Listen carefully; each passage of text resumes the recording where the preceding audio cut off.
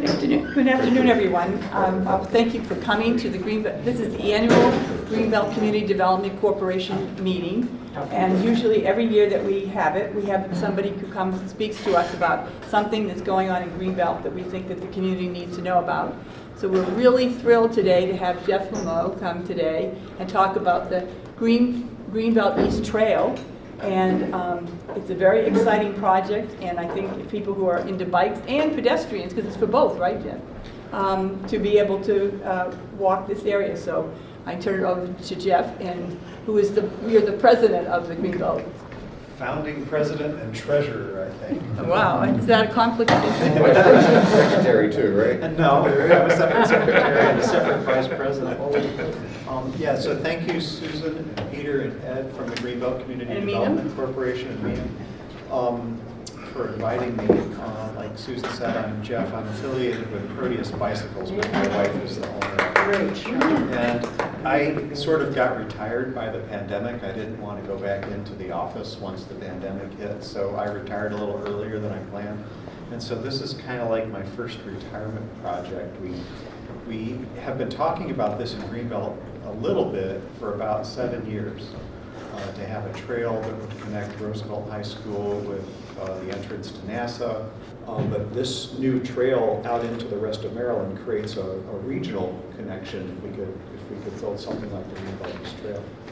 So that was our kind of the idea behind this. Friends of the Greenbelt East Trail is a 501c3 charity. With the help from Susan and the Greenbelt Community Development Corporation, the Anacostia Trails Heritage area, the Glendale Citizens Association, the East Coast Greenway, Washington Area Bicyclist Association, and the City of Greenbelt, we received a grant from the National Park Service for technical assistance getting this project started. We also got a small grant of cash assistance from ATHA, the Anacostia Trails Group, to do some nice renderings, which we can pass around, which we've been using when we go out and talk to people about what we're thinking about. The scope of the trail right now is planned to go from Hanover Parkway in Greenbelt on the existing sidewalk up to Roosevelt High School's exit lane there adjacent to Greenbelt Road, and then past continuing on the sidewalk zone outside the guardrail to Mandan Road, and then just past Mandan Road is the Greenbelt city limit. After the Greenbelt city limit, the sidewalk ends, but there's a wide shoulder on Greenbelt Road all the way past the old NASA entrance, and then the new NASA entrance at ISAT Road and all the way to Good Luck Road. And past Good Luck Road, there's kind of a commercial and developing residential district between Good Luck Road and Lanham Severn Road. A lot of new houses on the north side, Glendale Commons, some new condos and apartments on the south side across from Duval High School. So it's a developing area with increasing population. The trail would run on either the north or the south side of Greenbelt Road in that section, but we think MDOT wants to put it on the north side, which I think is good, in front of the Social Security and legal and so on. There's some businesses there. And then the trail would switch at Lanham Severn Road to the south side and run along the existing shoulder to the Glendale Splash Park, which is where the trailhead to the WBNA trail is. So that's the section in red is what we're considering. The green bike lane that continues, according to Google, on 193 is absolute hoax. That's not a safe bike route at all, going past Greenway Center, across the Parkway, and across the Beltway, and so on, and especially once you get to 201. But we're hoping that the connection route would go past Roosevelt High School, over the Spelman overpass, through Greenbelt, across 201 at Crescent Road, which isn't too bad. There's a connecting trail on the other side, right now near the SHA headquarters, actually, for District 3. And then there's bike lanes on Ivy Lane and Cherrywood Lane to connect to the Indian Creek Trail, the new section that's been built by Greenbelt West, by Greenbelt Station, to Branchville Ave and on down toward DC and College Park on the Anacostia Trail System. So we're concentrating on this red section. It's all on state highway right-of-way. And we, as a group, persuaded the county council to write a letter of support. Like I said, our 6 sponsors wrote letters of support. The NASA Engineers Union wrote a letter of support. Glendale Commons Development wrote a letter of support. And all those letters eventually led to MDOT agreeing to do a feasibility study. The feasibility study started in this September. They've broken it up into 2 stretches. The stretch between the Greenbelt city limit and Good Luck Road is on an expedited feasibility study, and then the whole section, hopefully the feasibility study will be done a little bit thereafter. They say the timing is still good for getting both those studies done by the end of the year. Oh, great. Yeah, like I briefly mentioned, if we can get this trail built, it'll connect all of the Washington region trail system on the left with the rapidly developing Maryland trail system on the right. They've done a great job in Anne Arundel County getting some new trails worked on, and up toward Baltimore as well. So with the bridge over the Patuxent River, which is about there, we'd really be able to connect Greenbelt to points east and north, as well as south and west. So the basic idea of our trail was that we didn't want a big, long engineering project that would take 15 years to develop and 5 years to fund and 2 years to build. We wanted to use modular materials as much as possible, put it on existing pavement as much as possible, and thereby try and get this done quick. So yeah, the vision is Roosevelt kind of on the left. These are artistic renderings that were done for us by the Neighborhood Design Center, so they're kind of hokey, but I also think they get the point across. We would essentially just, in the Roosevelt district up to Mandan Road, just widen the sidewalk and paint it as a shared use bike or walk or scooter or zone outside the guardrail, or outside the road from the guardrail, so protected from traffic by the guardrail and the curb. Once you get past the Greenbelt city limit, it would probably look more like this, with curb stops and flex posts on the existing shoulder. Again, hopefully with no additional pavement. One of the things that we really think is important, and we're doing this in College Park now, we should do this all over the region, is this a concept called a floating bus stop. I don't know if you've seen these on Rhode Island Ave in College Park, but the idea is to create essentially a speed hump for cyclists, and also behind the protection, a haven for people waiting for the bus. One of the areas that's really key concern is the entrance to NASA. They're in the process of moving the main entrance to NASA down from Cipriano Square area to ISAT Road. Yeah. The current setup looks like this. I don't know if you can see the small on there, but it's also on the handouts. There's not even a crosswalk. So you can live right across the street from NASA and not have a crosswalk to get over there to work. There's no sidewalks anywhere. The bus stop is kind of up here off the screen.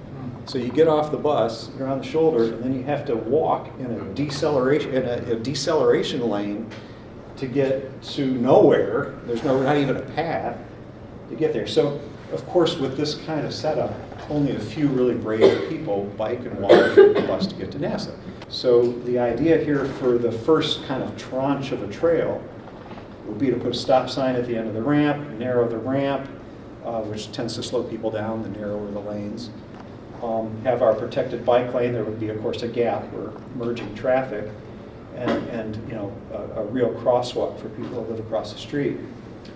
But ultimately, I'd like to close these lanes altogether. These high-speed right turn lanes are deadly. I mean, when you're making a high-speed right turn, even if you're fairly cautious, you're looking over your left shoulder, and you don't see the walker who's right there, or the bike rider who's right there, or the person whose vehicle stopped, right there.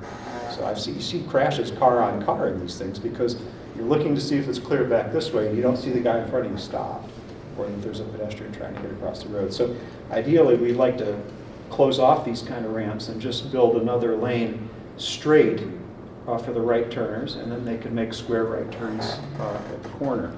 And this needs to be done all through Prince George's County because we really have out of control right turn lanes. We applied for what SHA calls a quick build alternative, where they just go out and do it rather than studying it, their usual levels.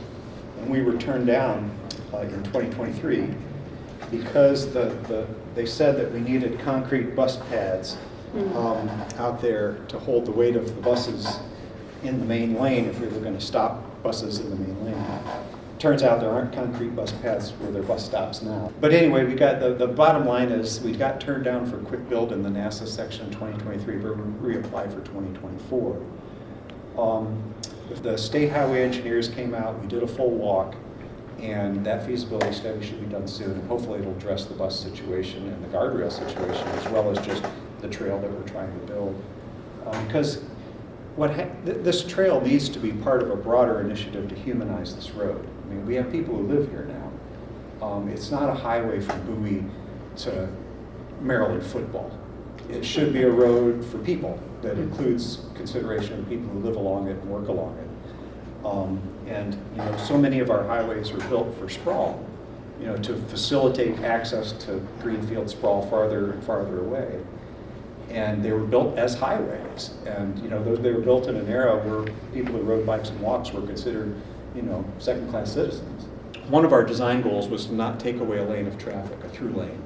You know, we don't want to create a conflict with drivers to a point where we'd have to fight it out with people because we'd really be slowing down their drive. So this would be all either on shoulders or acceleration and deceleration lanes, or in the Roosevelt section, it'd just be off the road itself. What about sidewalks, like under the bridge and all that could be cleaned up? And so further west, you know, our project hasn't taken that on. The city of Greenbelt has done some studies from 201 to the west to College Park. Again, to make it nice, you probably have to take away a through lane. So this is currently the only safe bike walk access between, you know, I would say Crescent Road and Greenbelt National Park is a dilapidated sidewalk. Dilapidated sidewalk, yes. And you can ride on the road. They call that a bike lane, but it's right adjacent to 60-mile-an-hour traffic, and it's kind of narrow and has, you know, kind of, it's more like a gutter than a bike lane. It's, you know, the other area that I think is super important to Greenbelt is Cherrywood Lane itself. Cherrywood Lane is very wide. Yeah. And we have a lot of room there to do some really cool stuff. Greenbelt actually owns Cherrywood Lane, so we could do it ourselves. It would be an ideal. Greenbelt a few years ago did a feasibility or concept study. I'm not sure if it's 10% design, but this is one of the renderings they did of one of the possible alternatives. So there's enough room here where, you know, they've drawn it with sidewalks on both sides, which would be ideal. But if you just wanted a sidewalk on one side and a parking lane on one side, you could put the stormwater median in the middle. You could do a 3-lane design where you have, you know, as roads get busier, a key issue becomes left turns. And so you can have left turn pockets in the middle, and then 2 lanes, and then bike lanes on the side. You could also do you could do a sidewalk on one side and a 2-way bike lane on the other. So I'm not necessarily saying this is the perfect design, except that Cherrywood Lane is wide enough to land an airplane on now. There's a lot of room for stormwater improvements. No, it's actually similar. I actually sent some pictures a while back to Terry Rudy and some of the council. I don't know if you've probably been out, you're probably sitting down in Southwest Washington, D.C. I love how you do it. I love to see that here, where you kind of have the tree line, which is your barrier to the actual cars.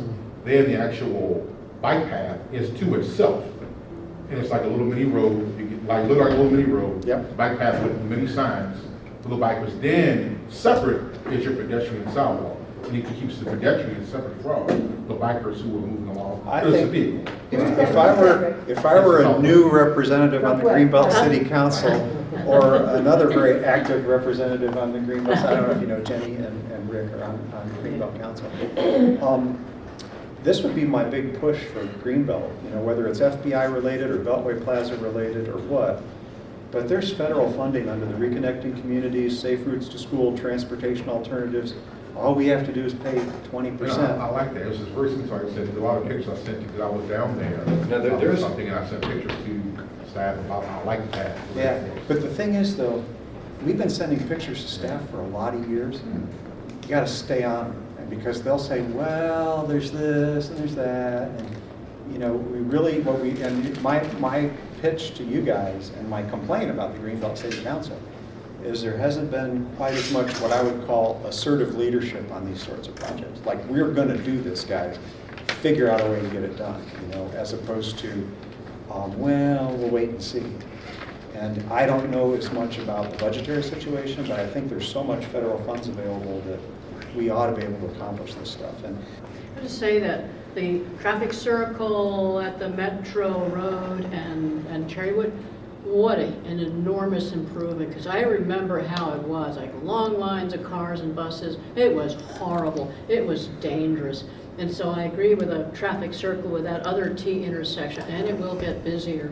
And they Yeah. also serve calm traffic. Yeah. And They they're are good for traffic bicyclists calmers. if they're done. I like them too, and, I think we could make a few improvements to that circle, like Yeah. an additional ramp for bikes to get on the sidewalk. For Yeah. people who don't want to stay on the road, especially uphill, but Actually, right in the I think middle of that's a that big- circle, if there was a ramp for the people to cut off, they only put a ramp at the beginning, and actually, we emphasized that the last time they did their sidewalk stuff, and they did not replace I it was on appropriately. APB when what's-her-name was the head of planning, and we talked about that, and there's a guy from Greenbelt who was really on that, and they just didn't do anything. The website is greenbeltnasatrail.org. It's a 501c3 charity, so donations are tax-free. This is probably the most important thing to me, is getting people to sign up for our newsletter. Okay. And then I send one out about every month. And you can reply and then offer your feedback, and people do. Just hit reply when you get that newsletter and tell us what you want. And we've got a lot of great feedback from Glendale Commons, the subdivision behind Legal on Greenbelt Road, and other folks. So that's my big ask for people, is to sign up for the newsletter and to share the newsletter with your friends so that they sign up and spider it out through their social media. We've gone from just a dozen of us working on this project to about 400 people on the mailing list. If you do choose to donate, we've been using funds to do these kind of renderings and also to just work on community outreach. We were at the farmers market again today, and we need to do more outreach over in Greenbelt East. So I'm trying to get, WABA has a youth coordinator now who is trying to get us a big event at Eleanor Roosevelt High School. As much as I come to events like this and, the news reviews, publicize these things, it still doesn't reach a lot of people. And so we need that kind of awareness. And then if there are real problems with our design, we can get them fixed early on in the process rather than have a bottleneck later on. The other thing that I'll mention is, as part of our project, we've gathered crash data for Prince George's County for the last 8 years. These are the bike and pedestrian crashes involving either injuries in yellow and orange or fatalities in red on the route that we've been able to discern. Some of this data isn't totally clean. Like, you'll see a place where in one place it marks the site of the crash as Greenbelt Road at Cipriano, and another place it's at a different location. So the data that Maryland provides isn't absolutely clean. But what really, and you see a lot of the pedestrian fatalities are people getting out of their cars on the Beltway due to a crash or a breakdown or something. So that's not something the Greenbelt East Trail is going to fix. And then, of course, we also include automobile crashes in the data. And there's a lot. Those are all crash sites? Those are all crashes with injuries. These are just the ones that have injuries. Basically, they'll write it up if someone goes to the hospital in an ambulance. If it's just a fender bender, it doesn't get into the data set that we have. Now, obviously, we would much prefer to have more fender benders and fewer injury crashes, because that means you have a big differential in velocity, right? When people get hurt, it's because somebody got hit hard. And, in cities, there's a lot of fender benders, and nobody gets hurt. And, we have people going 50 miles an hour on Greenbelt Road and some of these other, connecting roads. And when there's somebody stopped making a left turn, making a right turn, coming in and out of a subdivision, walking, biking, the speed differential is just so high that you're going to have a lot more injuries per crash with that kind of velocity differential. And so we have this data. We're looking for people to help us analyze it along all parts of Prince George's, but especially along the Greenbelt East Trail. And we have sent this data to the state. We actually got it from the state, organized it, cleaned it, put it into our GIS, and then sent it back to the state. And that's all I got. I know you had a question before and you were referring, Yeah, but that was what I wanted to. Actually, it's not so much of a question, it's a direction for you to go in. And I'd be willing to assist you with this because I think it will make a tremendous difference. I took care of updating the intersection of 193 and Good Luck Road about 14 years ago. Okay. I had them put countdown crosswalks in. I designed the way the sidewalks are. That's right. And I also got Hayath Majazi, the Director of Public Works and Transportation for the Prince George's County, to redo all of the sidewalks and all of the crosswalks on Good Luck Road back then. And in doing that, I got tremendous support from the Glendale From Civic Glendale, Association. yeah. They came down, they considered this is important to Glendale. This is part of us. And I think, I'm mentioning that, but I'm also thinking it'd be very advantageous for us to go in the other direction as well. We want to have a collaborative environment of Greenbelt, Glendale, Berwyn Heights, and College Park. You're absolutely right. We have these fragmented jurisdictions. Parts of this are, kind of, the intersections are all controlled. The cross streets are all county streets. Parts of it are Greenbelt streets. The state has the main right-of-way. MNC PPC runs the trail, the WBNA trail. So another thing that is super important is to convene these guys so regularly that they start to actually work together. A great example, and Good Luck Road was the county. I had to bring the highway administration and the county together to get those things done there. And it took me almost 5 years, but I did get it done. One of the key reasons that these guys don't play well together is the question of who's going to maintain things. And maintenance really means two different things. It means light maintenance, like if a branch falls, somebody goes out there and moves it off the road. Sweeping, if there's a load of dirt that gets dropped, somebody that can sweep the street, broken glass and metal and so on. So that, we'll have those same kind of issues with the bike trail. At some point there's going to be a need to go out and sweep up leaves or, do light maintenance. And the way the law reads now, if the state builds a sidewalk or a bike trail on state right-of-way, the law says that the local jurisdictions have to maintain it. And the word maintain isn't very well defined. The law also says that if it becomes unusably bad, then the state will rebuild it. So the state's on the hook only for what I would call very heavy maintenance, rebuilding essentially. But the local jurisdictions are on the hook for light maintenance. So we're working on preparing a compendium of available grants for this project for next year. It includes safe routes to school, transportation alternatives, I think it's called SS4A, safe something or other, safe sustainable for all or something, that's a grant. And then later in the year, the Reconnecting Communities grant from the Department of Transportation, which seems like it was designed for Greenbelt. It's designed for cities like ours that have been, separated into segments by huge highways and need additional funding to try and rectify, those rivers. I mean, it's like a river that you can't cross a lot of the time. And so, we missed the deadline for Reconnecting Communities this year, but I'm hopeful Greenbelt will reconsider that next year. There's a state grant, it's not federal, it's a state-funded grant called the Maryland Bikeways Grant, the Kim Lanphier Bikeways Grant. Prince George's County is like for the last 2 years on those. They've been going to all the other counties. I shouldn't say that. I think we've had an award in one of the last 2 years for the University of Maryland. But county DPW&T and our various cities in Prince George's just have not taken advantage of that grant. So Jenny? Can you first just send me the information on that grant so I'll pass it on to our grants manager. The other thing I wanted to mention was you were talking about having a presentation or working with Ellen Roosevelt High School. That intersection right there, the one that you showed, that is a particularly dangerous area for students and anyone who's walking, biking, or driving right there. That's an incredibly dangerous spot. There's no crossing guard there.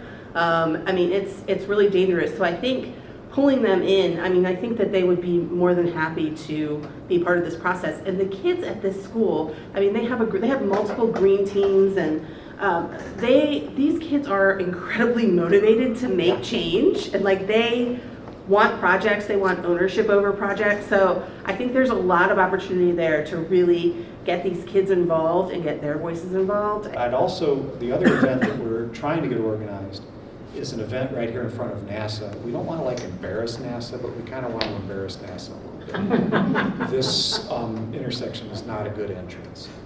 And it's really discouraging for people because there's so many staff there that want to bike and walk and ride the bus to work.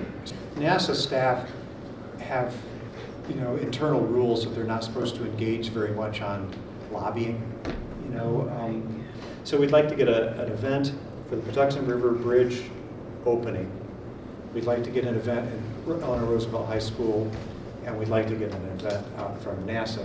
And just remember that if you're signed up for our newsletter, it makes it super easy, but I'm also available at info@greenbeltnasatrail.org. That's kind of the email that I've been using for this project. Info at, greenbeltnasatrail.org.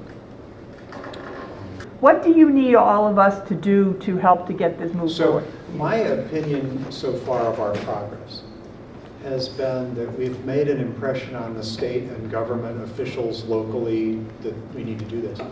But we don't have sufficient outreach to the community. There's not enough people who know about this, and it's great that John is here from Gate. He's putting this on TV, and you know the news review was here. That's fantastic. That helps a lot. But what we need is for people to go out and talk about this to people. To, you know, there might be a real problem that we don't know about because we haven't engaged with the guy that runs the gas station over, you know, here or there, or some other issue. So I think outreach is really my key objective until we see that feasibility. And what about the feasibility study? You think it's going to be ready by the end of the year, but what's the chances are that, what's the latest that you expect it? I haven't heard anything other than end of the year. I was told it was a 3-month process that started on time in September. Okay. I did hear that they'd broken it up into 2 parts so that they could possibly finish the NASA section first, because they view that as the most imperative from a safety perspective, and also probably the easiest sector. There's only 2 cross streets, you know, there's probably less engineering, you know, there. Ingrid Watson is our council representative at the county level now in this particular area and along most of the trail. And she's been very helpful. And she helped draft that initial letter to MDOT along with Eric Olson, who's not in this jurisdiction, but who is the chairman of the transportation committee. Every single cross street along there is a county cross street, or most of them. So they should be more involved, and they've had a tendency to be hands-off on state right-of-way projects. So, Would yeah. letting them help encourage them if we contacted our council? I don't think it would hurt, just to say, you know, we need this trail, and you're doing everything you possibly can at the county level to apply for grants, make sure that, you know, paperwork goes through, write the letters, make the calls, please be proactive, and I can give you names of people to contact. Yeah, please. So I've got some draft, kind of mock-up request letters on our website. They may be not so important now as we're getting closer to the feasibility study stage, because most of them were asking for a feasibility study. But they include names and addresses and whatnot for people to write to, and that's all available on our website. It's on the nasatrails.org website. Great idea. So let's let Susan get, thank you all very, very much. Thank you. Let Susan get on with the business of the organization.